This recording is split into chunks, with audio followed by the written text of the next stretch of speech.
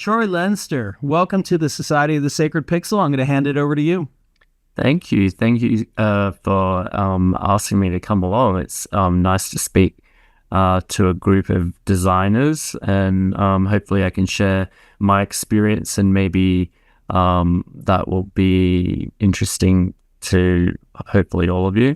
I'll just quickly share my screen. I'm going to do a little overview of my journey to where I am now, and then talk a little bit about my type design process. I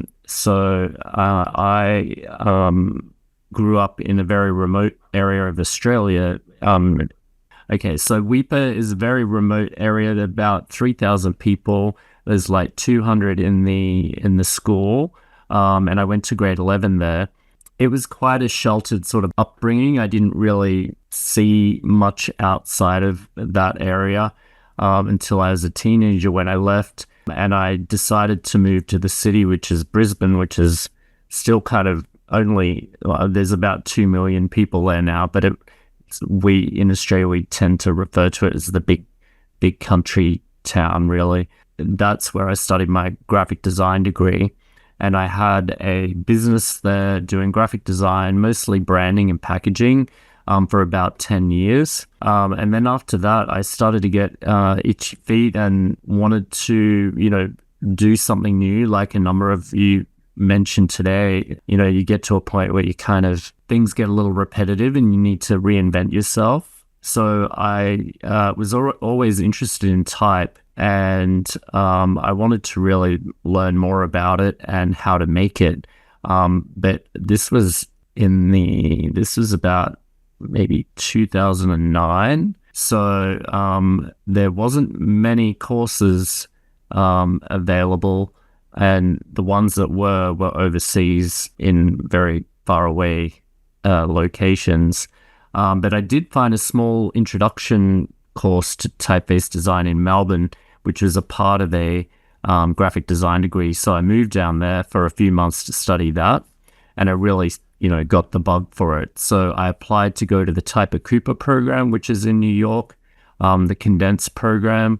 It's a 6-week, 5-week summer workshop.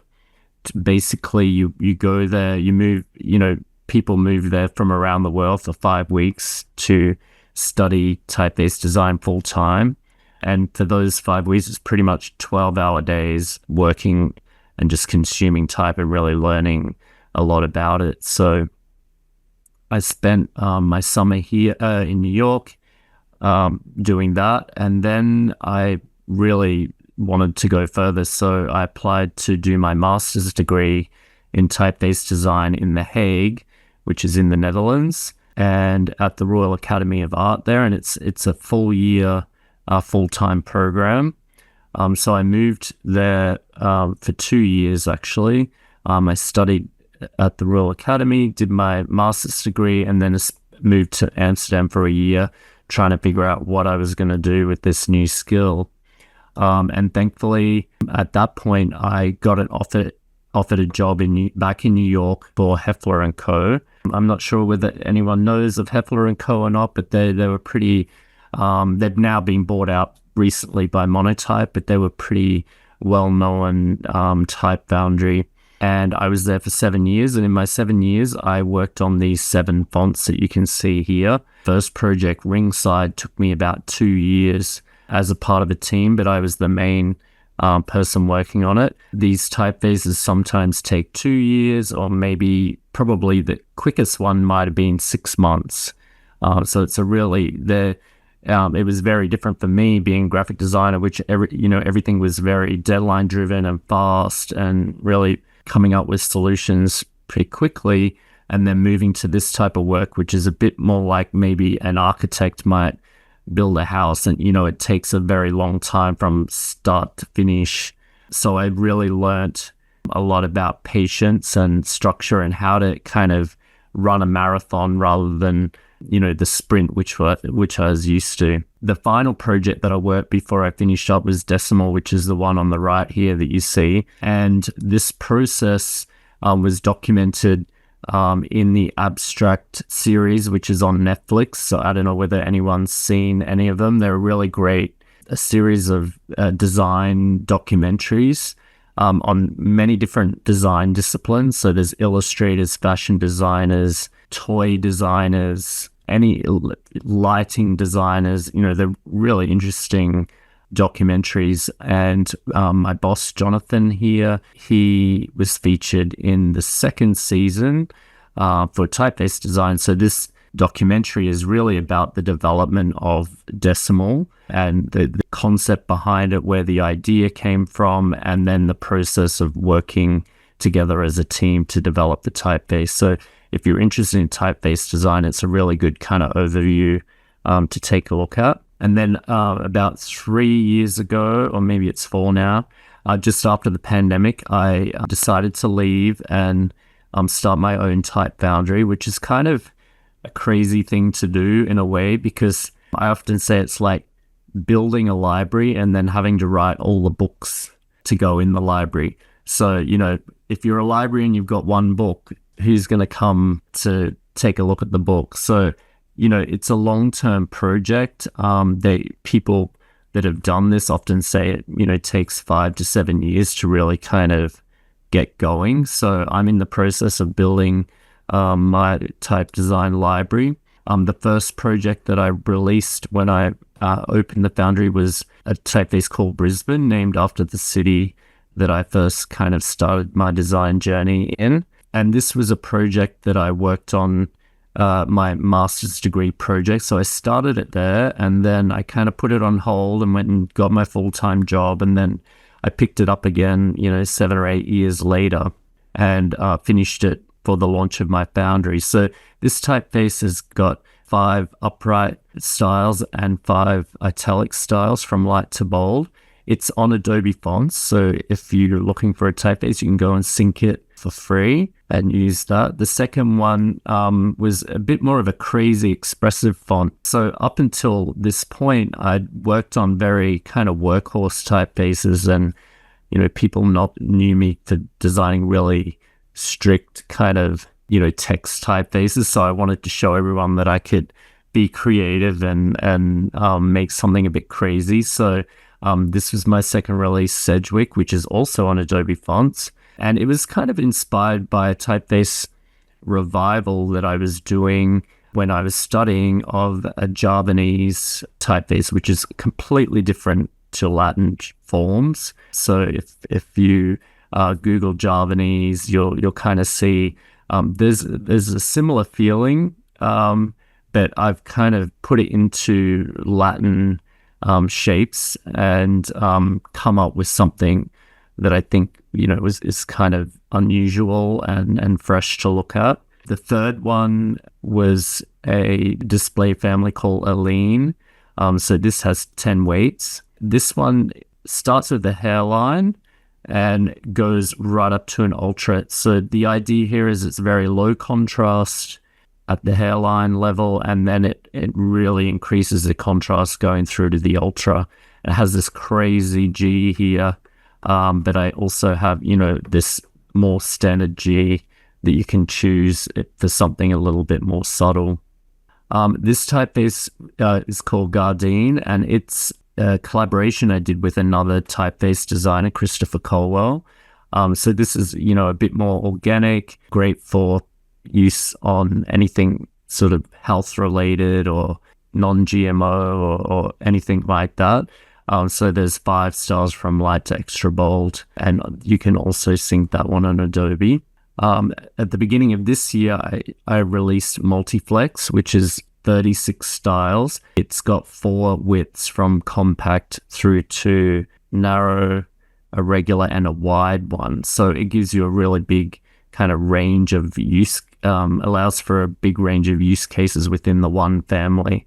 And there's 9 weights. So it's quite adaptable for different layout, column widths, things like that. Second last one is Retain, another collaboration I did with a designer, Ramakrishna. They are a designer in the Czech Republic. And the cool thing about this typeface is it has lots of alternate letters in it, which can help For a branding project, it's useful in the sense that it has like an overall voice, but within the typeface, you can change some of the character of it for different, perhaps different communications within the one brand. So this one has 3 different cap R's. It has a bunch of different T's in it. You can see the top T is quite tall, and then the second one down is a bit more regular, and then we have a cross style T. And the other cool thing is you can change all the dots from round to square. So depending on what the use case is, you can change everything that has a round dot to a square dot, including the period and all the punctuation and stuff like that. And then lastly, this is a project that I just released only 2 weeks ago with a foundry called Future Fonts. The whole idea with Future Fonts is that they release typefaces that aren't finished yet, that they sell them at a cheaper rate while they're getting built. So you can kind of get in early and support the designer, and then you get the future releases, future styles for free for that initial price that you kind of get in. So it's a good way for people to try out different things, get a bit more experimental, have a bit more fun with type. And this one, Byte, is a stencil that I did inspired by a rock that I found with a mark on it. So on my Instagram feed, you can go check out a few videos that I made from where the inspiration come from to the final piece. A little bit about the process. By the way, if you have questions, feel free to interrupt me so I'm not just constantly talking about myself. But this is a bit of an overview of the process of making a typeface. There's the ideation phase where I'm coming up with different ideas. And then once I've got an idea, I move to a prototyping stage where I kind of make the typeface look like it's finished, but just with a few characters. Because typeface design takes so long, it's often a little bit of a deterrent for you feel overwhelmed. So it's hard to kind of get going because you just think, oh, that's such a big job. Is anyone going to want to use it? Is anyone going to like it? So the prototyping stage is a good stage because you can kind of create something that looks finished and then test it out or decide later whether you want to make it. And it's a good way to change the design and test things out without being scared of having to redo everything again, if you get to a later stage. So once I've decided on the project, I move into the design phase where I'm building the character set out. And then once that's done, there's the engineering phase where I'm making all the different file types. You've probably seen with font files, you have OTFs and TTFs and WOFs and for different applications. So that's the phase where I'm making all those files and I'm testing them. And then publication is when I'm, obviously releasing it and trying to promote it. Someone mentioned before they're in digital promotion. I'm really intrigued by that area because it's such a hard thing to kind of, for me to understand and wrap my head around it. It feels like every business is in that kind of area now, kind of have to be to sell digital projects. Can I ask a question? Yeah, sure. That's okay. So with stuff like approaches or like processes, do you think this is generally how most type designers work? And then like, it's just like, there's a general process that you just kind of gather from working for a while? Or is there something like, you were like, this step only really works for me. I like decided to like tailor it a bit. Like how did you come up with the process that works really well for you? Yeah, I think I think most type designers might have a similar process, but maybe they haven't kind of documented their process, or maybe they do different parts at different stages. But working in the foundry and really learning how to do things in a really organized way was very, very helpful for me, because before that, I was just designing this letter and that letter, and then, I'd get to a certain point and go, oh no, I have to, jump over here and do that. I forgot that bit. And, it just took so long because it's such a big project. So for me, I really, a process is so important for me, you know? I feel like that's like something that I relate to, and then also like other people that I know who are designers, is like how much of the balance do you create between structured processes and then just like the freedom to, like, I guess just like create or like. Well, the process shouldn't take away from the freedom to create. It should give you the confidence to do that without worrying about time, for example. By having a clear process, and you sometimes feel like you're struggling and you start to panic, oh, I've got a deadline. And with having a process, you can identify the areas in which you're going to have those feelings and go, it's okay, that's a part of the process. So you can kind of chill a bit and realize that you're going to get through it, but it's just going to take a little bit more time. That was a huge help for me, because there are parts of this process which are a little scary. You're like, have I got an idea or have I not? Should I back out now? Or, that type of thing. But knowing that it's a phase that you go through or a part of the process, it gives you the confidence to keep going.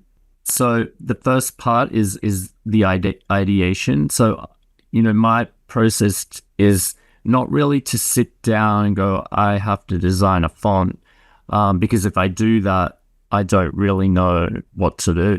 I start thinking, well, what does that person want? Or what is that? Or what's cool? Or what's this? And you really, it becomes too much pressure.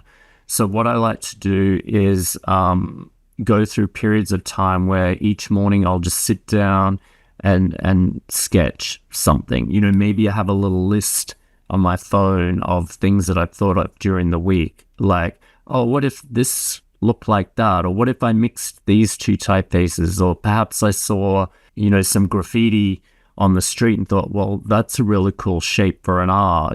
How could maybe there's a font in that. So I'll make all these little prompts on my phone, and I'll sit down and I'll just jump right in and just sketch stuff. I don't criticize it. I don't judge it. I just purely dump stuff down on the page and I put it on a pile, and that's it. Like, I don't make any decisions on, whether it's going to turn into a font. I just collect these ideas.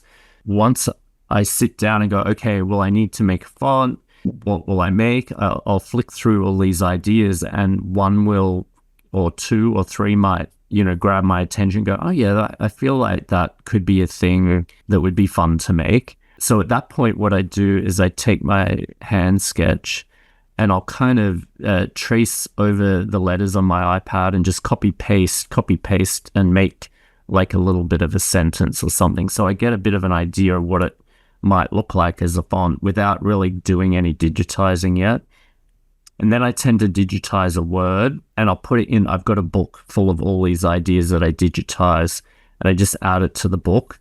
And at that point, I can decide, yeah, not really feeling it, or yeah, this feels good, this will work for that, or, that type of thing. So then I move to the stage that I was talking about for prototyping, where I can quickly kind of mock it up and make it feel like a really, a substantial typeface.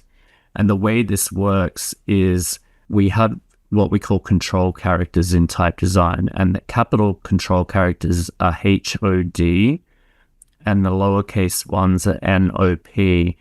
And the reason we choose these characters is because one is reasonably square, one is round, and one has a square side and a round side. So once I have the N, I can make an H and an M and a U pretty quickly. The I and the L kind of come for free. Once I have the O, I can start making my P, which generally I can rotate for it to be a D as a starting point. The V is pretty straightforward. The right side of the A is a bit similar to the right side of the N. And then in this case, with this particular G, it's very informed by the O, and then the E and the C kind of are built from the O. So I can really quickly, just with a few characters, get this set done. And here you can see I've done like the regular weight and the bold weight. I see you have a question. Yes, sir. I have a question to ask. So, with making typefaces, do you use glyphs or do you use the Yes. other program? I used RoboFont for 7 years, and then in the last few years I've moved over to glyphs. Yeah, but I kind of figured because back when I was in college, we had a professor who was very much into glyphs, and he always kept saying, if you're doing type design, you have to use a Mac. well, the bad thing about glyphs is, it's not on a PC. But there are type design applications on PC. One is FontLab, but in general, most type designers use a Mac. He said the same thing. Yeah, most graphic designers use Macs too, I would think. I don't know, maybe we can have a show of hands of who uses a Mac versus PC. At least in graphic design, you're probably not limited to it, but a little bit in typeface design if you want to use glyphs, that's for sure. RoboFont doesn't work on a PC either. But there's FontLab, which works on a PC, and there's FontLab, there's a thing called Type Tool, which is made by FontLab. It runs on a PC and it's about $50. So it's a good entry-level kind of application if you wanted to start playing around with type and you're on a PC. That would be the one I would recommend, and I started on that one as well, but I used it on a Mac. I miss glyphs. I haven't used it since 2018, and I had a little. Oh, okay, yeah. I had a little MacBook at the time. Okay, yeah. Glyphs is really good because it's fast, and for me, especially in this prototyping stage, when I say fast, I don't mean speed, but it allows me to kind of prototype something fairly quickly, without belaboring and fiddling around with buttons and bits and pieces.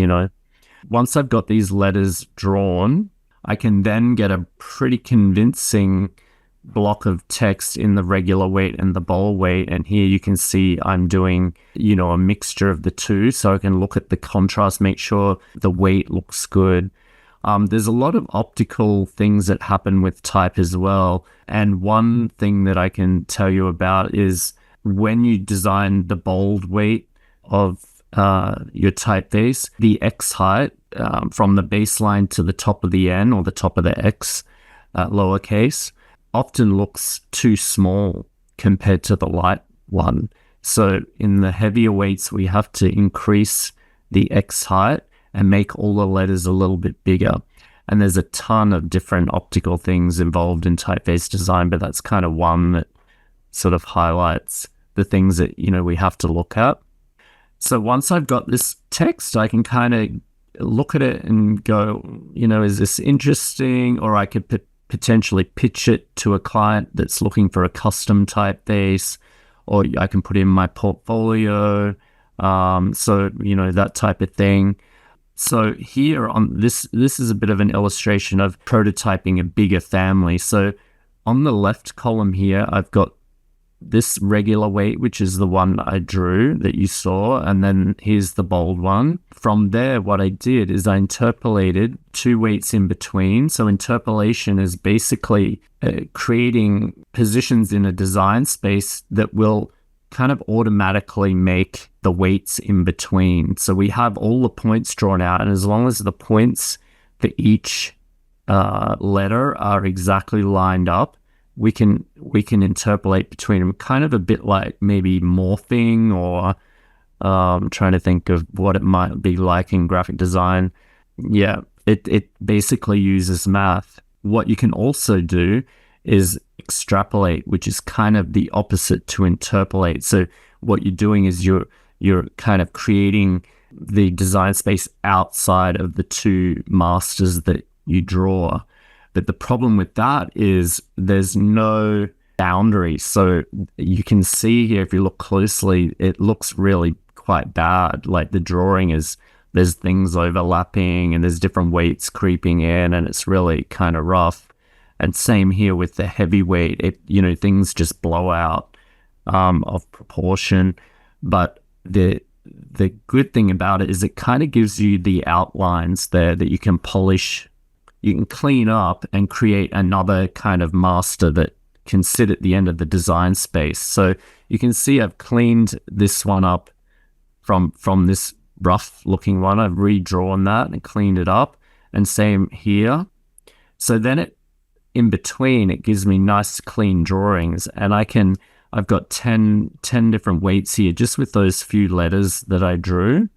So now I can kind of show a really big family pretty quickly. Maybe this takes me a week to do from start to this point.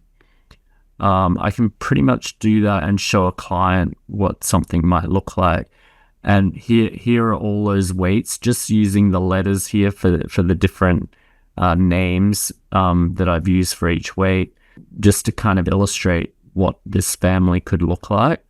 And then I can even do little mock-ups here. So bar the little bit of extra copy here and here, which I've used a different typeface, the hero font used with all of these little layouts are just from that reduced character set.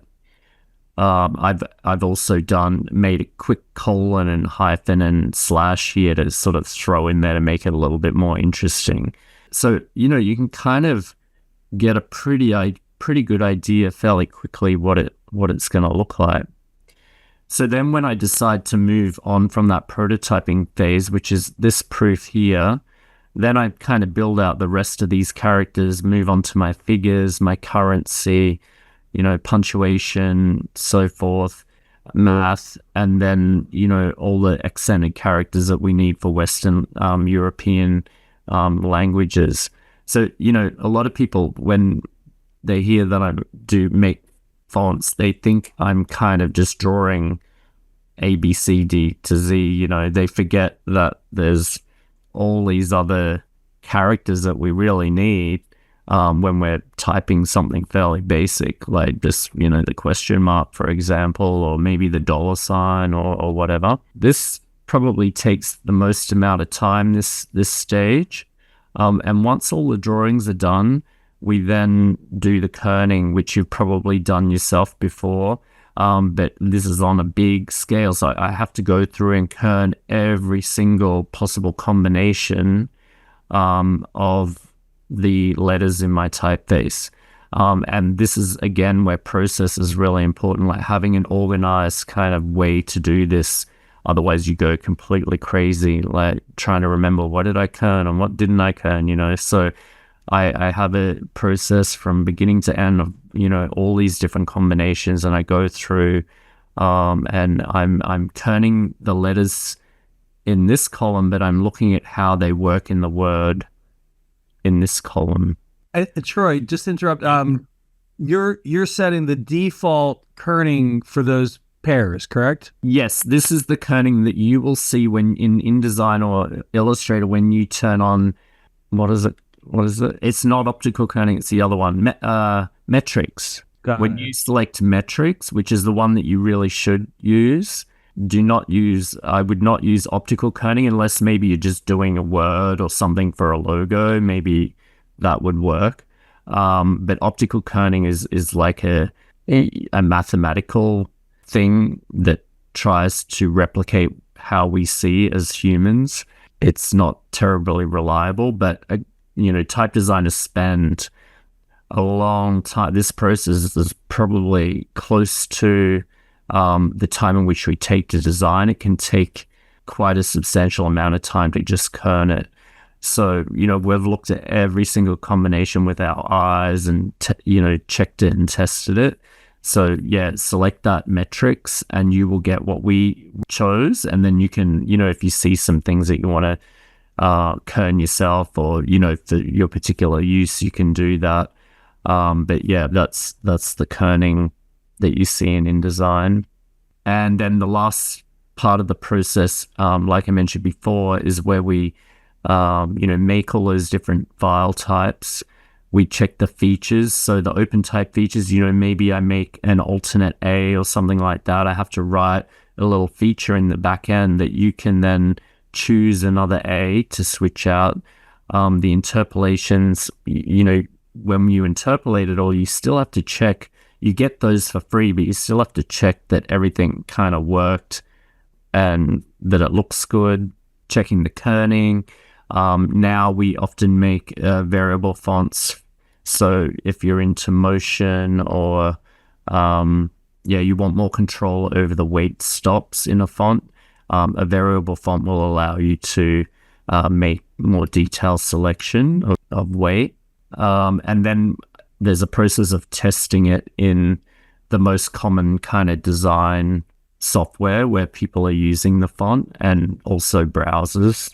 So that's the QA phase, which is the last phase.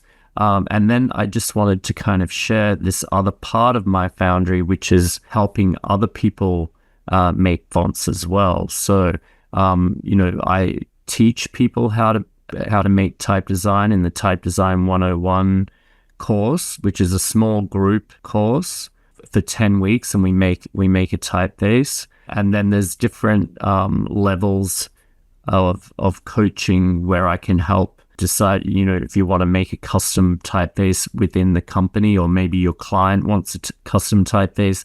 This is something that will help you do it rather than having to take it out of the studio and get someone else to do it. You can be a part of the design process, and I basically help you, with the technical stuff and getting it to the finish point.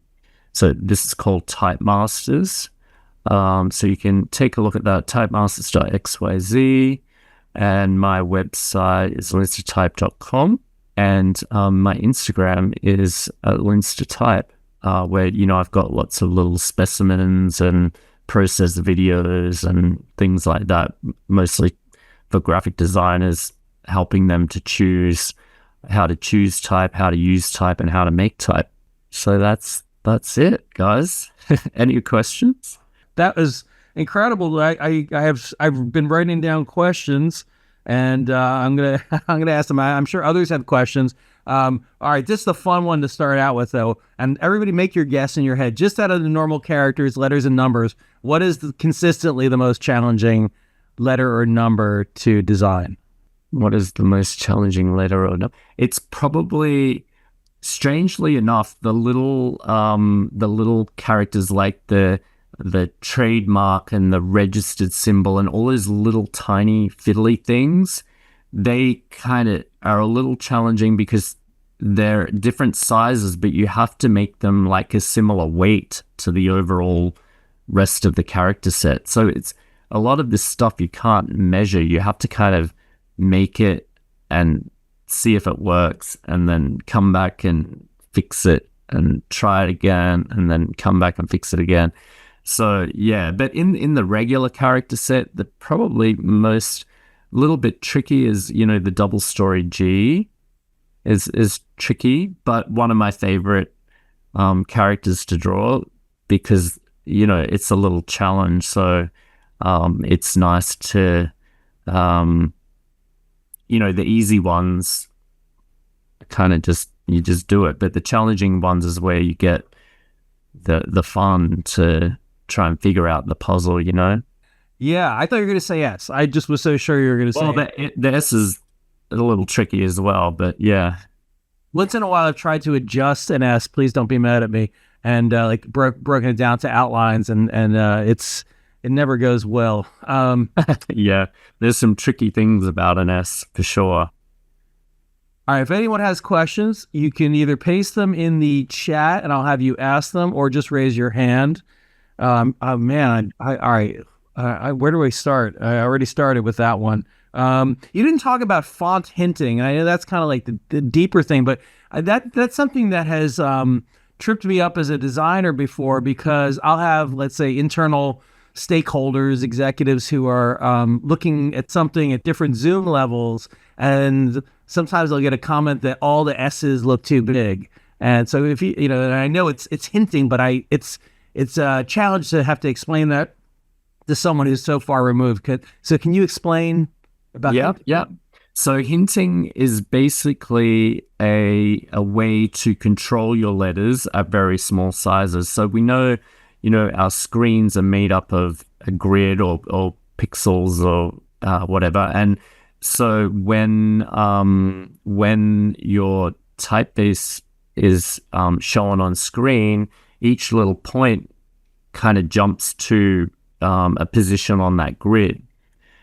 And hinting allows you to kind of control whether it jumps up or down. So if you think of the top of the S and the top of the N and the top of the O, for example, if the S jumped up and the O and the N jumped down on the grid, your S is going to look too big.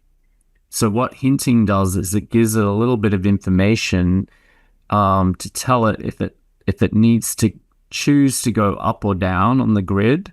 All of those will do the same thing. And basically hinting is really only for, really kind of workhorse typefaces under, 12, probably under 8 point, like pretty small. It's not for, display typefaces or crazy typefaces. It's really for fairly boring typefaces that you just need to be able to see at small sizes so you can read it. But the reality is there's not many screens anymore. I mean, a lot of PC screens, I think, still require hinting, but Mac screens, for example, a lot of different screens don't require hinting anymore. So there are two types of hinting, not to get too complicated about it, but there is a manual hinting process where, we in the Foundry used to send our typefaces to Germany to get hinted, and it would cost, a lot of money, like $50,000 or $100,000 to hint the font. But now very few people, I think, do that anymore. What we have now is auto hinting, so it will automatically kind of do that for you. We set up zones, and it will kind of automatically put everything in that zone and tell it to jump up or jump down, basically. And that's done pretty quickly. And most typefaces now just have auto hinting on it. For $50K of savings, I would think so. I would never have guessed that. Oh my! Yeah, it's very labor intensive. Well, on a really big family, you can imagine every glyph, the dollar sign in 7 different weights. Yeah. And if you've got widths too, then that's, it's crazy. Now I know you don't always just jump in excited to just go through the whole process. Right. Yeah. It's a big job. Yeah. All right. I would like to talk about money a little bit, but we have a couple questions. So Yavuz, can you ask your question, please? Yeah, I wasn't sure if I missed something, but you said when you were building fonts, you usually like ideate different ways a letter could appear. Mm-hmm. That's a bit different than, I guess, the way I expected it to go, which is either like building it around the theme or building it to like fit a certain project goal or idea, right? Well, just to clarify too, a lot of these projects that I'm talking about are retail typefaces. So they're typefaces that I'm making to sell on my website. They're not really custom projects for a particular brief. I may have a brief for myself, like, oh, I need to, make this because I haven't got one of these. So, I'll have that in the back of my head. But at the ideation phase, it's really about exploring different ideas. And then once you have an idea, then your letters definitely have to feel like they're, a part of the family that you're designing. Is that what you mean? Yeah. I guess if you're just building it to sell, I guess it's not like it's for a particular client or anything. So it Right. makes Yeah. Exactly. If it was a particular client, then you would be answering a brief, and it would have to, maybe it's used for signage or something like that. So we would have to think carefully about, what we need to do to make sure that it works in signage. But I could then select one of the ideas that I've sketched before that would lend itself to that. But you're right. Every typeface doesn't work for every application, for sure. I have a follow-up question, if you will. Yeah. So with that in mind, do you have like a particular process you go through when it comes to designing for a specific theme? For a specific theme. So my Brisbane typeface was initially designed for wayfinding. So the thing about wayfinding or looking at type at a distance is it's not like what you would mostly expect for display type, or anything that you're looking up very close can be spaced really tightly because you're just looking at it rather than maybe reading it. But for legibility purposes, looking at type at a distance, let's say you're driving down the highway, the type generally is spaced very loosely, so you can see it, a couple of miles down the road. I'm not really good with miles, so at the next roundabout or whatever you need to turn left, you want to be able to read that stuff. So spacing is very important. Also, letter recognition. So often when you look at certain characters from a distance, they can become similar to other characters. For example, the capital I and the lowercase l can, if you imagine the word illustration, the first letter is a cap I, and then you have two L's after that. And, they at a distance, they can kind of look very similar. So often you'll see a lowercase l with a hook at the bottom. So you can really tell that it's not a cap I, or, there's no confusion there. Sometimes the dot on the I can get too close and it kind of turns into a bit of an L as well. So there's lots of things like that you need to kind of consider for specific purposes. Does that make sense? Yeah, it does. Thank you. Thanks, Booze. Blue Highway, that's the one I always see out there on the highway signs, and it is very wide tracking. It bugs me, but I also have thought about that is not an accident. I'm sure that's been tested. Right. It doesn't look great when you're right up on top of it, does it? But it's not designed for that, because you're already past it when you're on it. Right. It's all about speed, and yeah. I've seen Jenny's question. Jenny, would you read your question, or would you speak your question, please? Yes, of course. I was just curious, how has your opinion or perception of good type design evolved over time? I mean, if it has. Oh yeah, it has. As a graphic designer, I didn't really kind of know, I guess, how to visually tell whether a typeface was great or bad, or how do you tell, like, the kind of, it's like all the letters look the same or whatever. But now that I understand more about type and how type's made, my eyes become very sensitive to spacing, for example. Like, I can really notice the flicker in text if there's bad spacing, and it's something that you might feel rather than see at first. Like, you might be reading something and just feel like you need to stop reading it, or you probably don't even know. You're probably like, I'm done with this text. But often there's spacing issues or weight problems So one of the hardest things in type design is to get the block of text looking very even in color. You probably heard that term before, the color of your paragraph. We want it to have a nice gray, comfortable color. So when you're reading it, you're not really noticing the text, you're just kind of consuming the information.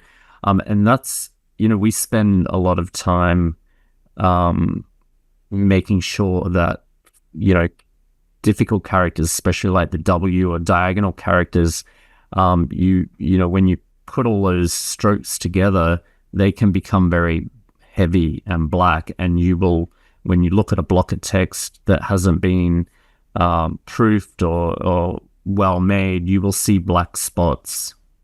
The double story G is another really good one as well. You'll notice that the G's jump out if you really look, and it's our job to kind of stop that from happening, so it's not distracting to the reader. It makes it more comfortable for you to read.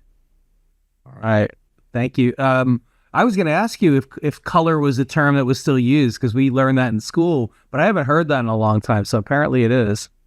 Yep, for sure. Definitely not confusing at all to call black and white text, black text on white color. Right, yeah. It is a weird thing.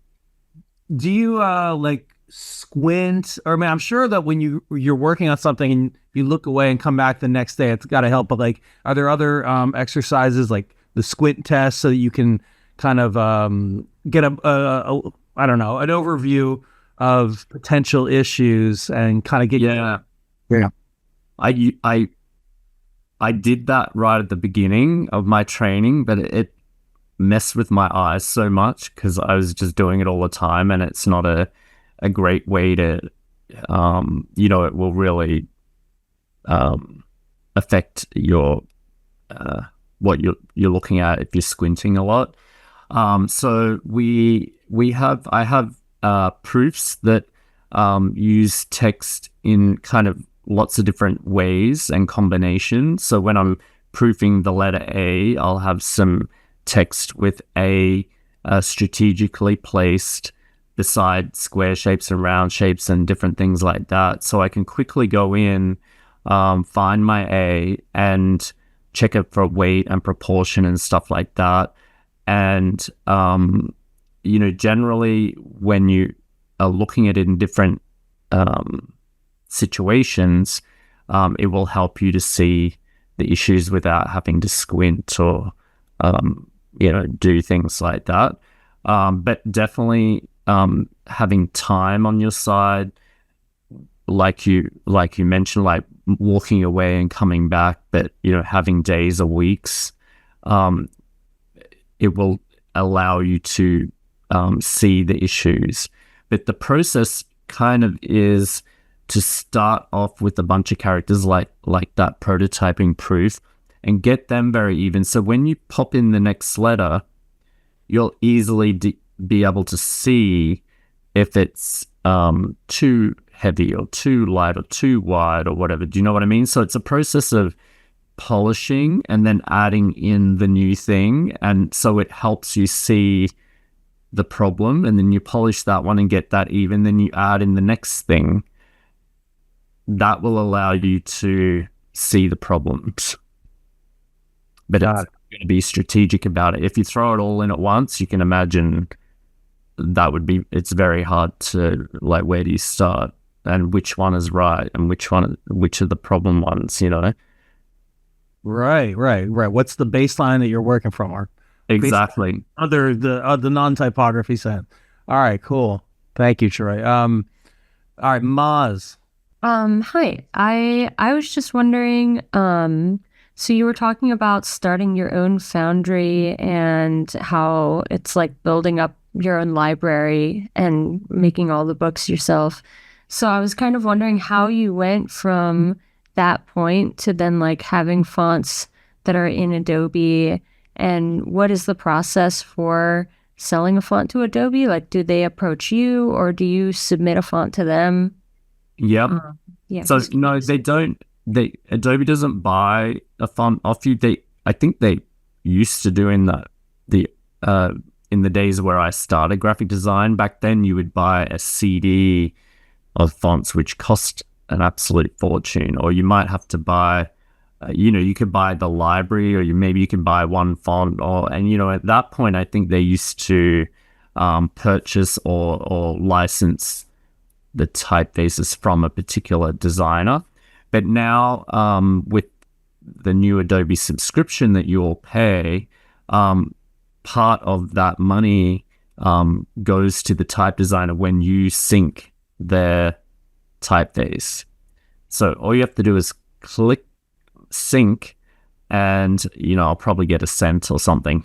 It's all about a lot of people using it, so, and that's how I get paid when my fonts are in Adobe. I only have 3 in Adobe at the moment because they're very particular at the moment about the styles of fonts that they want to take in.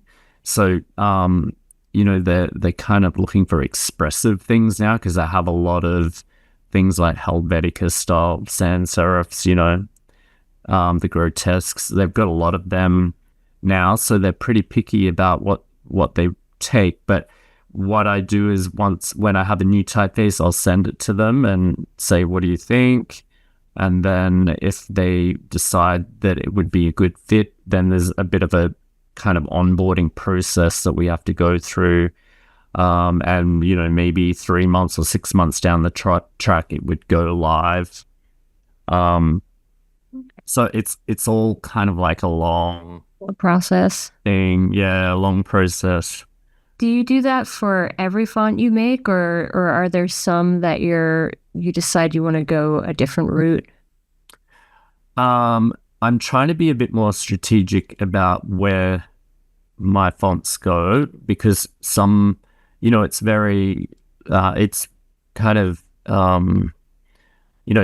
particular markets want one thing and then others want another thing. So, now that I know Adobe's not going to take my sans serif, well, they have Brisbane, but, with Retain, which is the grotesque, I probably won't even send it to them, because they're just going to say no. Or maybe when I have another one, more expressive one, when I send it to them, maybe I'll throw that one in and say, hey, I don't know whether you saw this one, just as a bit of a chance to see whether, maybe they're having feeling good one day and take in another one.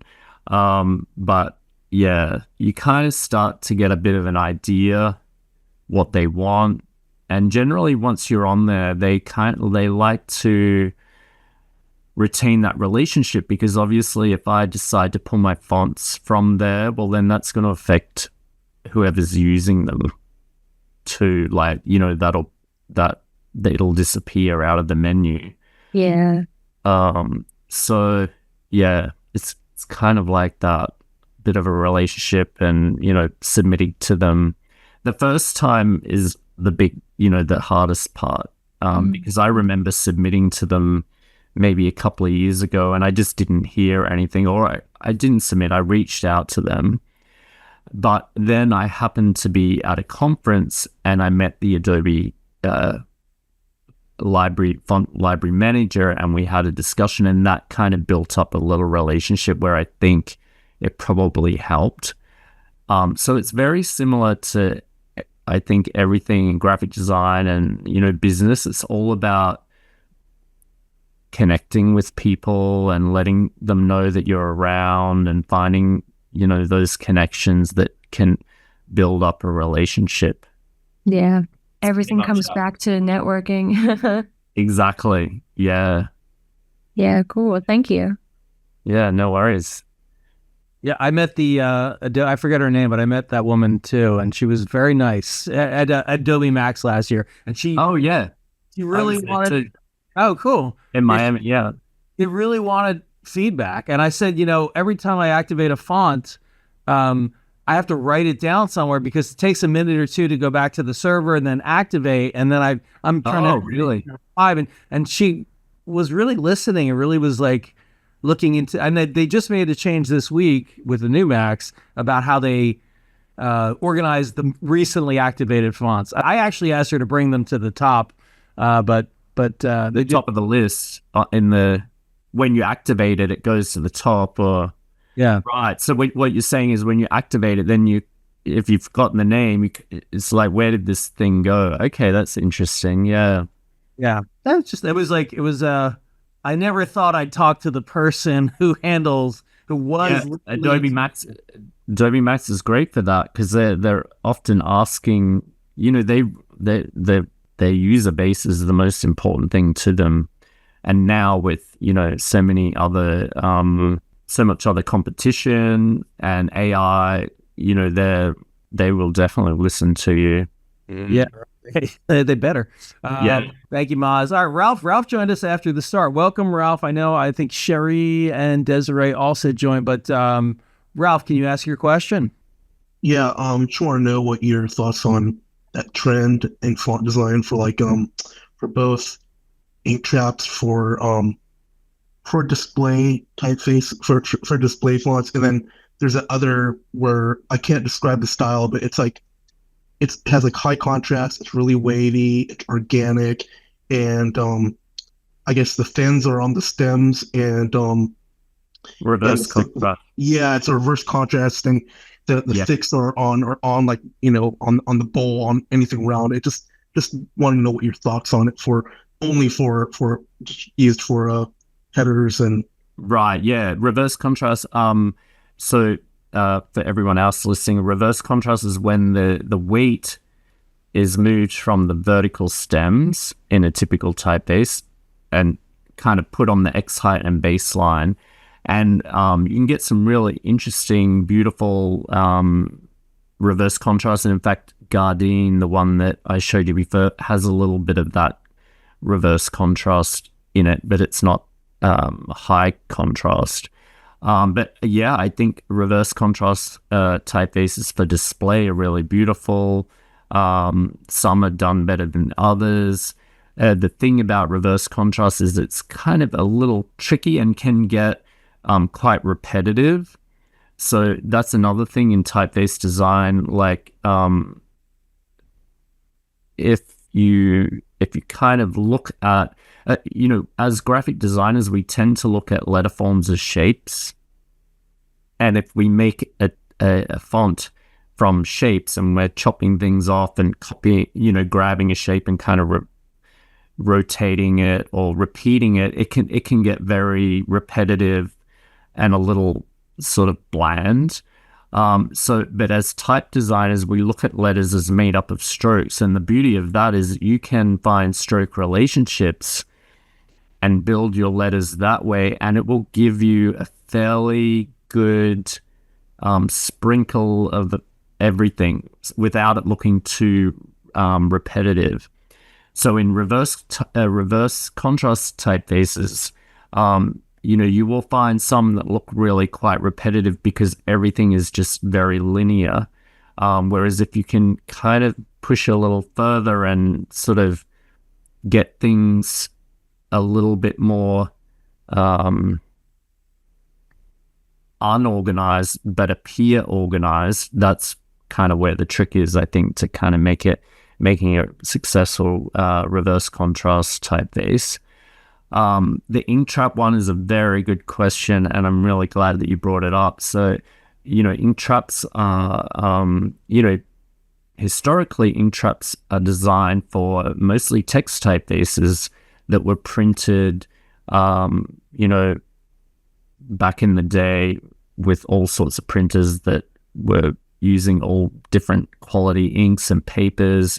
And, when you pressed the lead type into, say, some soft paper or whatever, the ink would spread and fill in like all those little connections. So if you imagine the arch of the N hitting into the stem, that little area there would, bleed and fill in and get blobby, and the clarity of your type would not be great. But in modern time, we don't really have that problem as much. And in the last maybe 10 years, people are using that as a design feature. And I think for big, large display type, where you, again, just looking at the words and not necessarily reading or looking for a pattern or a overall evenness, you can kind of do anything. But the problem with ink traps is not every letter lends itself to an ink trap. So if we pick the S, for example, the S doesn't have any little corners in it. Typically the S is just a fairly simple, snaky kind of character that doesn't have an ink trap. The O doesn't have an ink trap. There's a lot of characters that don't have an ink trap. So if you put really big, noticeable ink traps into your M's and your N's and those type of shapes, you can almost separate the ones with the ink trap and the ones without and make two completely different fonts. So it kind of looks a bit like you've mixed two fonts together, which to me is not great. Again, if it was a big display thing, just one word, and you did crazy things, you can kind of do whatever you want and mess it all up and put ink traps here and there. But if you're designing something that may be used in a paragraph or a headline, putting big, chunky ink traps in can be a little bit distracting. So there's a couple of things that you can do to kind of make it more successful, and that is maybe you could design an S or those shapes that don't have ink traps. Maybe there's a way you can design them so they do have ink traps. For example, maybe the S has more of a diagonal stem or something, and it creates an opportunity for an ink trap. So you're kind of changing the structure of your letter form to fit your design idea that allows you then to have that, that same kind of ink trap treatment to every letter. But it can be quite hard to do that. But that's the puzzle, and that's the fun thing about type design. It's kind of like you're solving a puzzle. So the other way to do it is to make your ink traps really subtle. So when they're subtle, they're not the feature, therefore they kind of fit in to the system better with those other characters that don't have an opportunity for an ink trap. But yeah, I don't know, what do you think? Are ink traps in or out? Yeah, I guess they're in, but I don't understand the purpose when it's supposed to be designed for small type. But I guess if you know the rules, you can break them. I don't know. Right. Yep. If you know, yeah, exactly. Right. I pasted an example in, and just in case anybody didn't get it, ink traps were there pre-digital printing and certainly before screens. So the trap was meant to fill in so that it looked like what the letters should look like, because without it, the ink would blob up in the small spaces. So by us seeing ink traps, it's like taking something that was supposed to be invisible. Troy, correct me if I'm wrong, but something that was supposed to go away in the printing process, and now we're showing digitally or printing it digitally. So we're turning a bug into a feature, I suppose. Yeah, that's a great way to explain it, actually. Well, thank you. All right, thank you, Ralph. Ty, can you read your question, please? Yeah, I do put down a comment saying like the whole spacing, because like sometimes when doing projects, like let's say it was like a font, like rotations, like there's like some spacing between the letters, and then I had to keep cleaning up, like using the kerning. Like, is there like instances on your end where like you had to like, or like not like grab it, or like one of your creations to like fix like a kerning, just to like help us like perfect it. Help with the kerning, right? Something to be aware of is if for example you're using a typeface that's designed for text to create your logo, for example, that's a situation where you would have to, track it in and maybe do a few little kerning adjustments yourself, because if it's designed for text, it's spaced looser, and there's little adjustments to the character, which can sometimes look a bit ugly up large, to suit it being down at 6, 7, 8 point, So often I'll see some logos where they've used a text typeface and they haven't adjusted the characters for that. So you can kind of tell that it's they've used a text typeface, and you can see the stuff that you're not meant to see up big. So, you have to be aware of that when you're taking something that was designed for a specific use case. If you branch out of that space, you have to kind of think about how that might affect the letters. But if you have a typeface that doesn't have any kerning, so a lot of free download typefaces, for example, they're free because people are playing around, they're making their own font, maybe they don't know how to do the kerning, or, there's certain things that they've forgotten to do. They're not experienced, they're just having fun. That's the risk that you take when you download something for free. So maybe there's no kerning in it. What I'd probably do in that situation, if you were using it for, for a paragraph of text, I'd probably turn on the optical kerning and have a look and see, how that looks. Because for you to go and kern that typeface, that would be a huge job, right? And, you're not just kerning a few things, you would have to kern every combination to get it to work. So in that situation, I'd probably use optical kerning to kind of make it okay, and then maybe you could do a bit of a check. But if it was for a logo, you could then edit the kerning in Illustrator, for example. What you're trying to really do is get those spaces between the letters looking nice and even. In heavier weights, it gets a little bit more complicated, because then it's sometimes a little bit about the space and a little bit about the distance the letters are from each other. So it's a little tricky. I'm not sure whether it answered your question or not, but let me know if it didn't.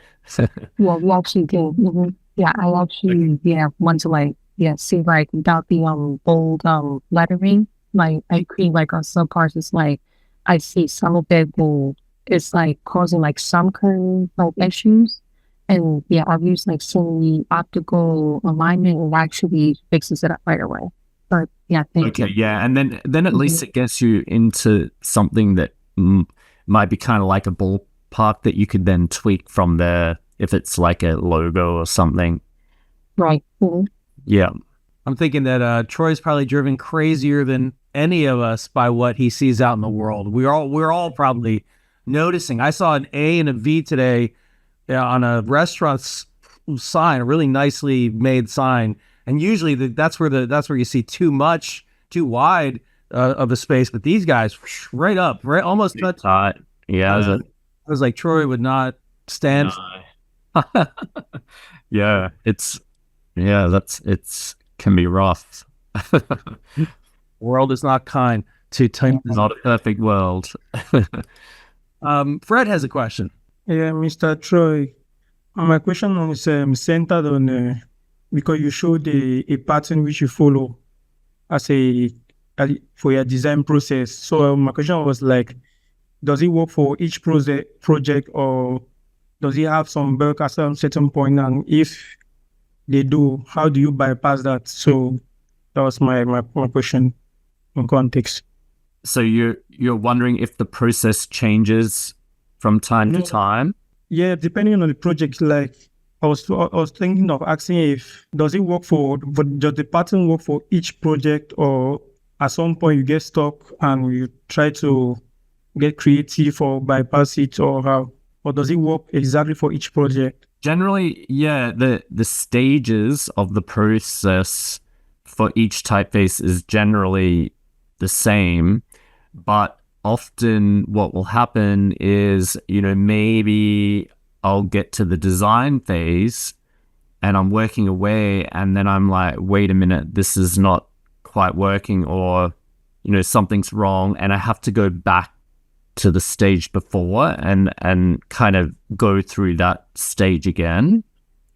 So I'm not sure if that's what you mean. But generally there is when you're coming up with the idea, when you're prototyping the idea, when you're making it, and then when you're testing it. It's kind of that process for everyone that's making a typeface, even if they don't realize that that's what's happening. Often you'll get to a point and you have to kind of maybe go back and do it again, basically, if it's not working, Did that answer your question? Yeah, kind of answer it. Thanks. Yeah, but generally it's a similar stages to making a font. The interesting thing about making a typeface is you don't start with A and then B and then C and then D. You don't design type like that. It doesn't work, and you have to be very strategic about the way that you make it so it saves you time, because a lot of letters are based on other letters. So if I make one thing and then I go ahead and make a bunch of other things, and then I decide to change this one back here, it then changes everything else. Yeah, so you have to not be too keen to jump ahead, which is an interesting thing. When I teach a lot, people just want to make the whole, they're very excited, and I'll be like, just concentrate on these 6 letters, and they'll go and do the whole alphabet. And they soon realize that they got to do it all again. And if you keep doing that, you're going to do it over again and over again. And that's a lot of work. I did it too at the beginning. Thank you, Fred. And Troy, can you recall, or can you update a font once you release it out into the world? I mean, I know you can when you're selling it on your site, but like with Adobe, if you found something you wanted to change or had to change, can you refresh it? It wouldn't be a quick, easy thing. I'd have to send it to them and say, look, this is a problem, we should fix it. And they'll probably go, okay, let's fix that in the next round or whatever. It's becoming more and more okay to treat a typeface a bit like software, and a bit like having a software update, because there are a lot of things, because the process is so long and there's so many characters, little things can slip through even if you're really, really diligent. So there is a process of versioning where you'll bunch.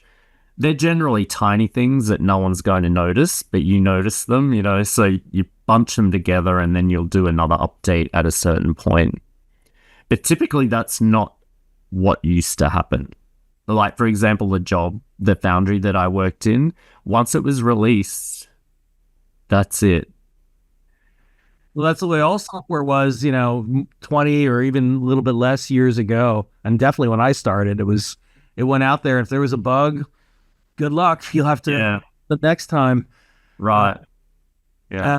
Do you ever work on, I see a couple more questions, but do you ever work on typefaces simultaneously, more than one?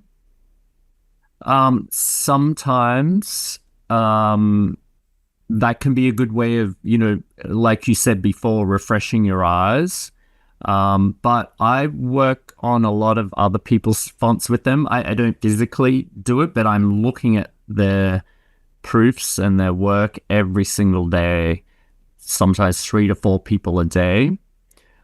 So I've reviewed thousands of typefaces, so I'm constantly looking and seeing, and that is a good way for me when I go back to my work. I've had a break by looking at their work. But every now and then there might be 2 projects on the go, but I would say most of the time I'm concentrated on one. And another one for me, have you ever abandoned a face? Like when you've gotten significantly into it?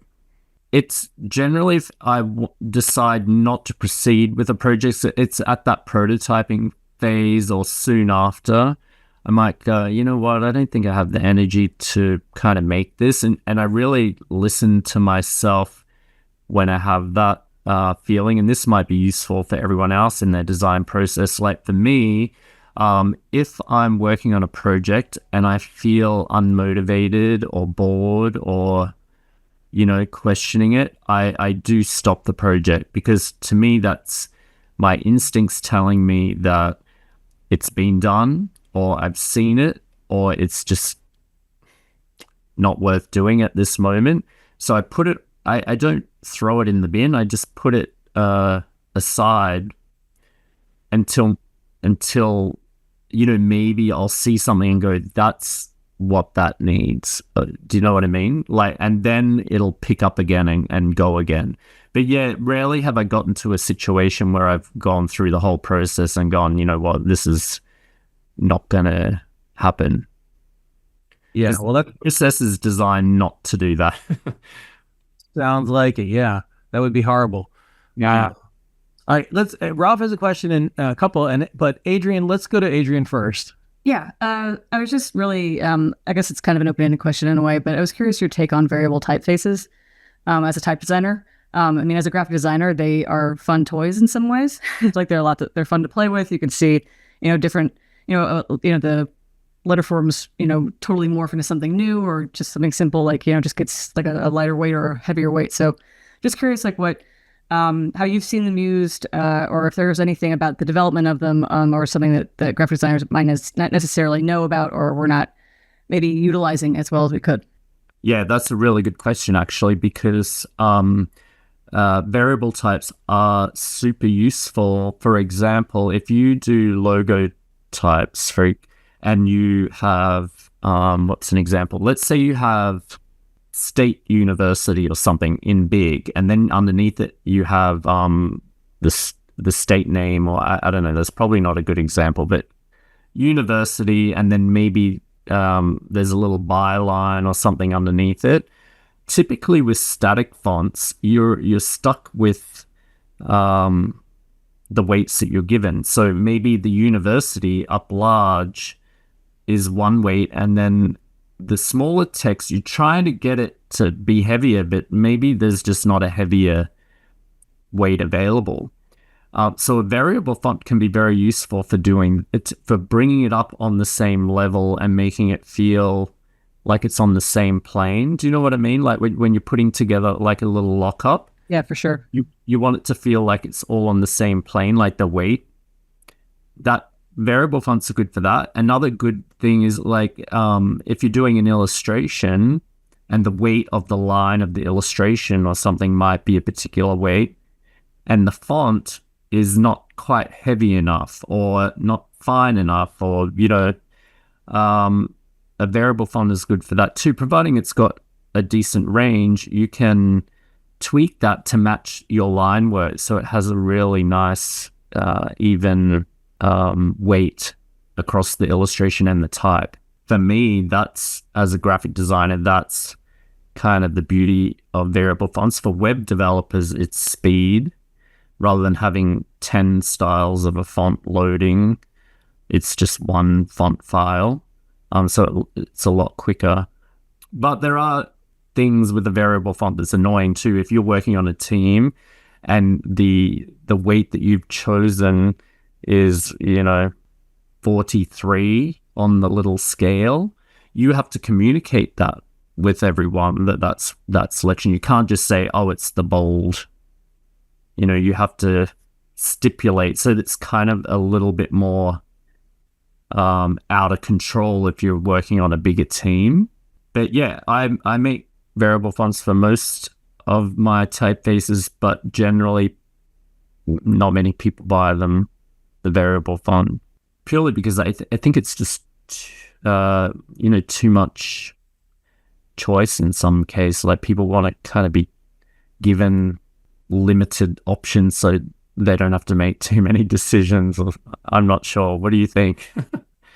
I was going to say the exact same thing. That's got to be it. Because I just had to buy a typeface, and I thought the same thing. Do I really want to be given practically unlimited options? And then I have to think about which one to use in each time. And it's better to, I mean, there's typefaces I used early on that were just regular and bold and italic, regular and italic, bold. And Right. kind of a beauty in having limited choices. Yeah, with the variable font, you will also get those locations, suggested locations. But the other thing to note too is when you buy a variable font, you're kind of buying the whole family. So that there's a price element involved there too. You know, it may make it a lot more expensive, for example, to buy the whole thing rather than just the 2 weights that you need. That's another thing to think about, I guess. Yeah.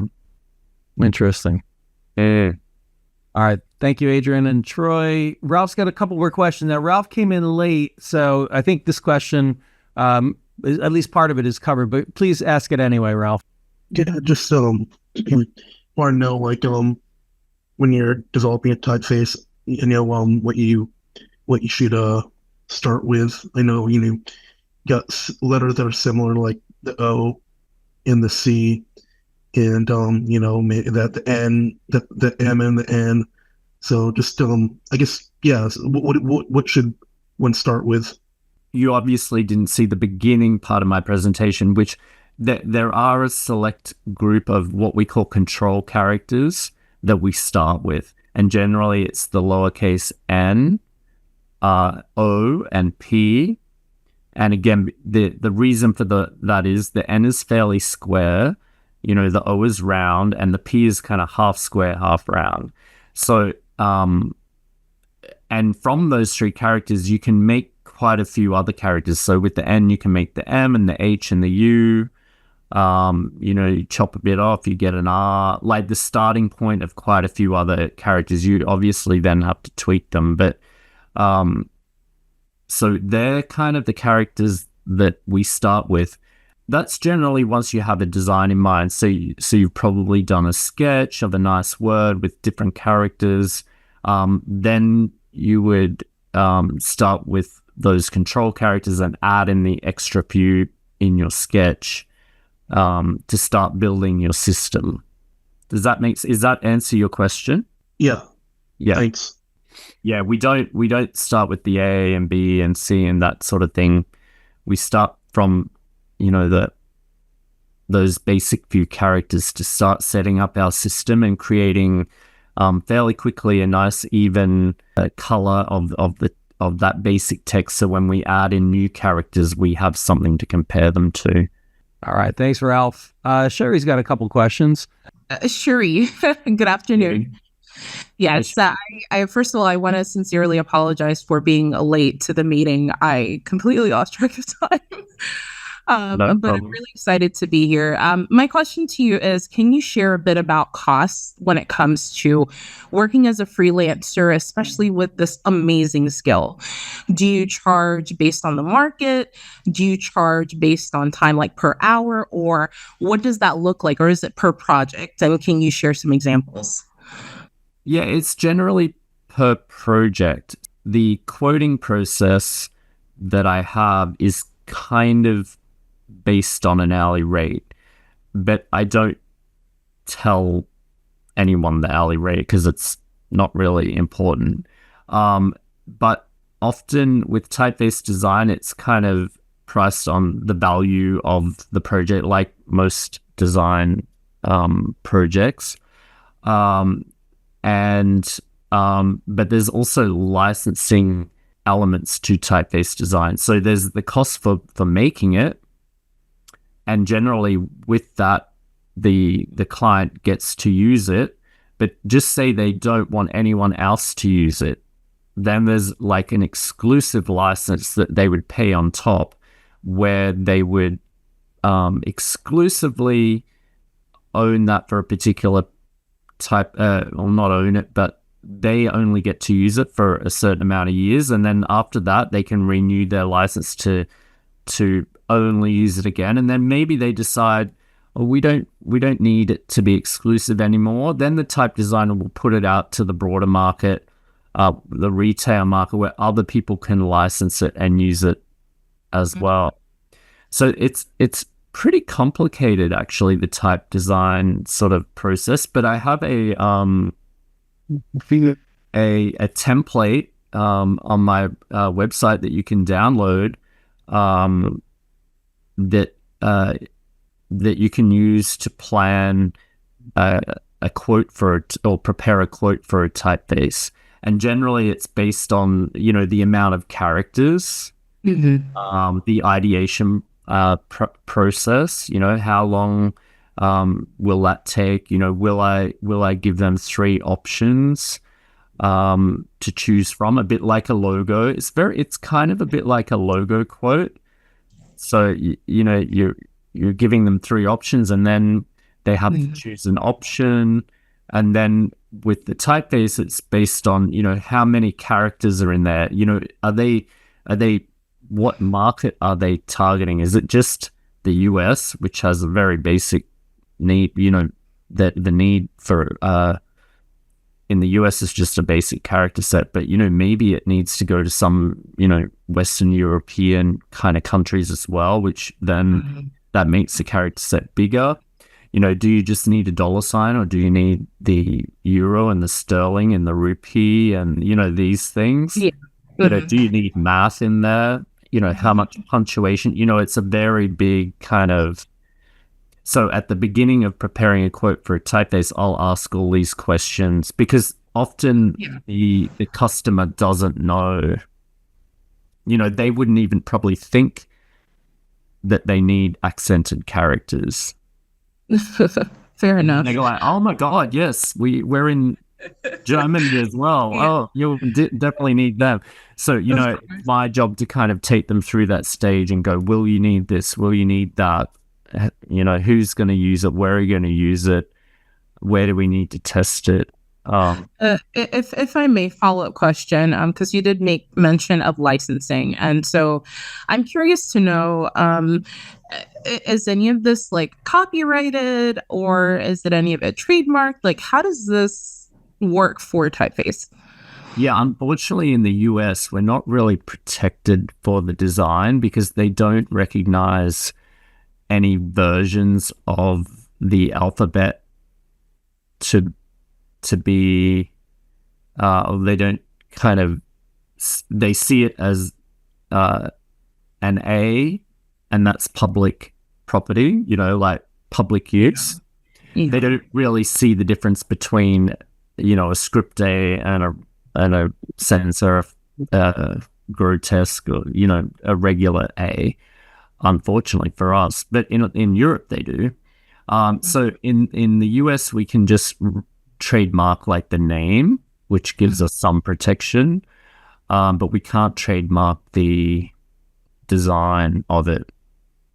We can if it's got a novel use, so maybe it has some really unusual function to it, there's potential to patent it, but I've never done that. Gotcha. Okay. And last thing, I promise. Yeah, no worries. It's still in the same line of the trademark question. So you mentioned about there being maybe a timeline for a client to use it, and then they'd have to renew. So how does that work in terms of usage? Yeah, so generally we have usage periods. So it might be, anything is really an agreement between you and the client, right? So, but there's some basic kind of okay, well, 3 years is a good amount of time for an exclusivity period, because maybe after 3 years they might want to use something else, or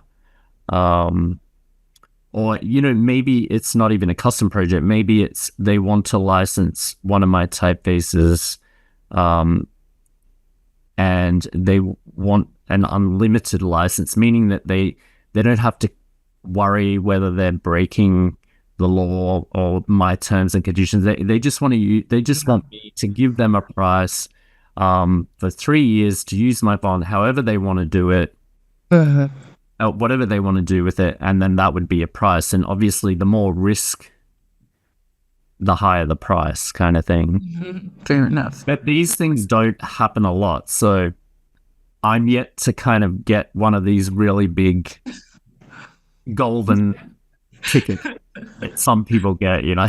Yeah, fair enough. It sounds like there's lots of money flying around, but there is not.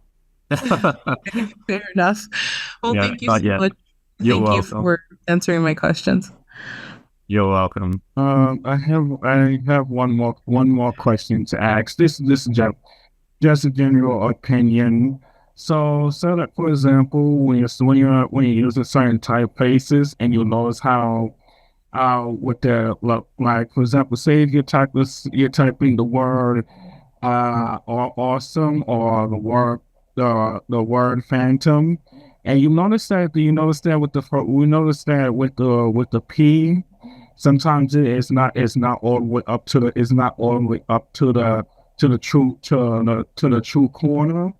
I mean, to the true length, because there's some padding on it. So, Okay. So what do you think about some designers that because I know the way workaround some designers do is that sometimes they're on stuff like Illustrator and InDesign. Sometimes they adjust the kerning for by adding a space, just Right. letter, and then put that kerning. Maybe turn it back in. Yeah. Yeah, I mean, I've done that as well. So each letter has a little bit of space either side of it. We call it a side bearing, which is not right on the left side of the P on the black stroke. It's maybe 50 units. We call it units. So maybe it's 50 units on the left, and on the round side, maybe it's 40 units. So if it's in a text box and it's the first letter, you could experience that extra little bit of space.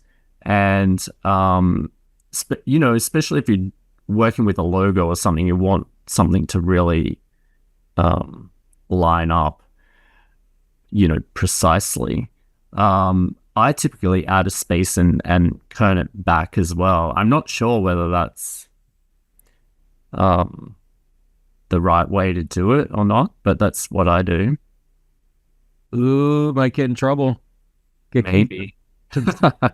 I was just asking because I noticed that some people do that. How even I do that because in terms of the final project, there might be some things that might be a little messy. Right. My job as a designer is to make it to make the final recorded piece looks nice. Right, and I would expect that in a headline maybe, or a logo. I wouldn't think you would do that in a block of text. Yeah, because most of the time, I think I would probably use that for like a headline. Exactly, where you want really precise. But yeah, I wouldn't do that in a block of text, because you want to keep the block of text manageable without adding in little tiny kerns here and there. And what do you think about what do you think about word spacing? What percentage do you work on with word spacing? Do you use 100%, or do you sometimes use more, or do you sometimes use less? Do you mean vertical, like leading? We call it like vertical, like the spacing, like the spacing between words. Because on Adobe InDesign and Adobe InDesign Illustrator, there is an option for word spacing. Are we talking about justified text, Isaiah, to clarify? No, I'm talking about word tracking. Spacing. Yeah, like tracking. Yeah. Well, if it's text, you probably don't need to track it. You probably shouldn't track it too much. I mean, you could probably track it a tiny bit if you really wanted to, maybe line length is a bit odd and I forget the I forgot the exact name of it. But I can check right now because I'm currently have Illustrator open. It's the composer. Yeah, I'm to be honest, I'm not an InDesign expert, and sorry. as a type designer, I mean I set type and I used to specialize in graphic design, but I don't set big big detailed journals and things like that anymore. I mean I pretty much have some very good understanding of typography and how to set type, but there may be some other tricks that I'm not aware of. But typically I would not adjust the tracking. If you're justifying the text and there's some odd, some of the words a bit too spaced, you might do a little bit of tracking so you can't notice it. Just pull in the word below just to make it look really nice. On the very rare occasion, you might adjust the I forget the name of it now. Steve, maybe you know the name, that where you just make the proportion very, very slightly. I think it's set at 100%. Maybe you make it 99%. But I wouldn't mess with. I wouldn't stretch letters too much or mess with the spacing too much, unless of course you're setting. Oh, classmate, you were right. It was the justification setting. Justification, yeah. It can be useful sometimes, but I'm sure there's a rule, but I'd probably just mess with it in that like a tiny bit. Like if you have to track it more than 5 units, I probably wouldn't do that because you'll notice it. The trick with that is to not notice it. You don't want it. You want it to blend in with all the rest of the type. You don't want one line to look really tight, and then because then it's going to look black, So you want to touch it very lightly, or choose a font. Maybe it's a little bit narrower or something like that to fit your column width. And just a reminder, we got keep Troy's website in mind because he's got a bunch of helpful articles up there that I linked to earlier. But when the session's over, you can always find the website, and I plan to check out more of that. All right, thank you, Isaiah. And I know we're way past the time, so we'll try to wrap it up in the next 10 minutes. Are you able to hang out a little bit longer? Thank you. Yeah, for sure. What percentage of your revenue would you say comes from sales of the typefaces that you made for public sale versus private custom faces that you made for people versus teaching and anything else? So the percentage of typeface sales at the moment are fairly low. Because I'm only 3 years in, or maybe I'm going on to 4 years in. And like I said before, it's a very slow burn. So I'm hoping in 2 or 3 more years, I'll have, a bigger selection as well, which will help boost those sales, because often a designer might come to my Foundry site, but there's not enough choice, so they may not find the typeface that suits their project at the right time. So there's a lot of things in play for a designer to make a decision on a typeface. You got to be in the running, but often, it comes down to a lot of decisions whether to choose a particular typeface for a branding project, for example. So at the moment, the coaching and teaching people how to make type is probably the thing that brings in, that allows me to make the type. It brings in a bit of money so I can survive and make type. But it doesn't take a lot of time, which is the great part of it. So, I mean, in the sense that maybe I'll spend 1 to 2 hours a day doing that, and I have 5 more hours to make the fonts. So yeah, that's probably the split, and that's how it's done. I don't do many custom projects. I help other people make custom projects through the coaching. Generally, a lot of type designers will make custom projects. Got it.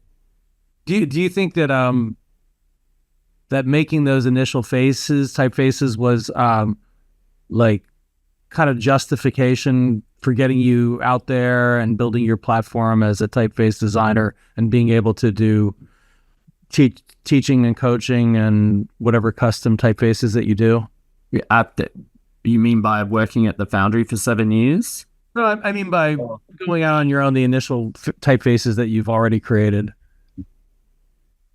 Sorry, I'm not sure. Can you repeat the question? Like, I guess I'm saying that you have to put those initial ones out there, and even though your inventory is low and it might limit people choosing to come to you initially, Rob is able to get your public face out there so that you can get those jobs and get teaching work. Right. Yeah. Every typeface release is an opportunity to talk about your work and get your name out there a little bit.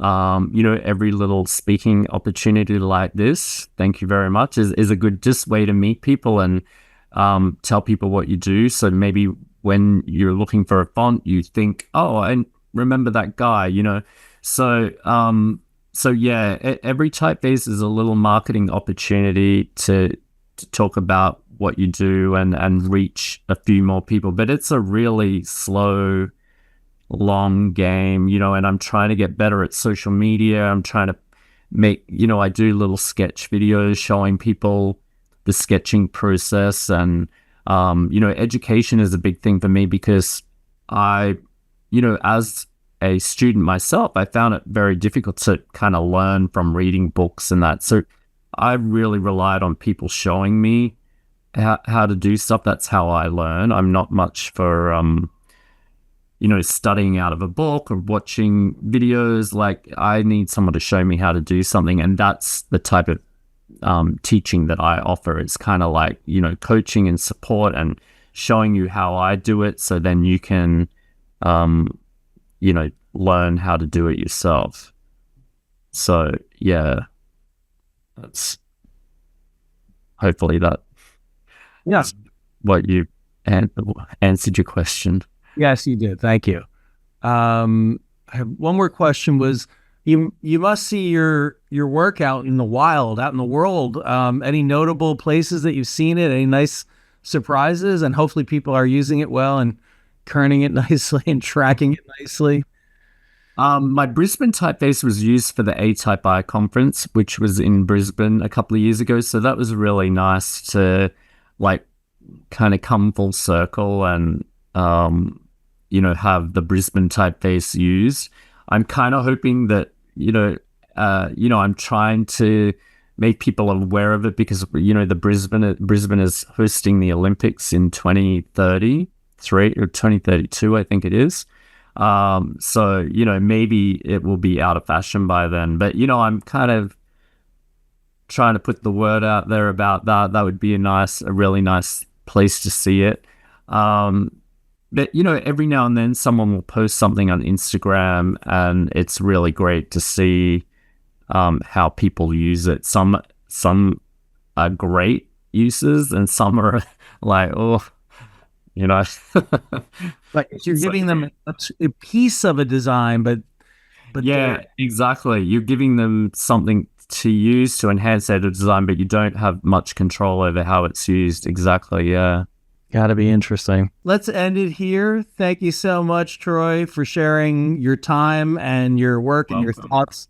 Really appreciate having you. You're very welcome. It was really nice to chat to everyone. Thank you for all the questions. It's so nice when people actually ask questions. So that was great. I hope it was useful, and I hope to pop in again in the future. See some of the other talks.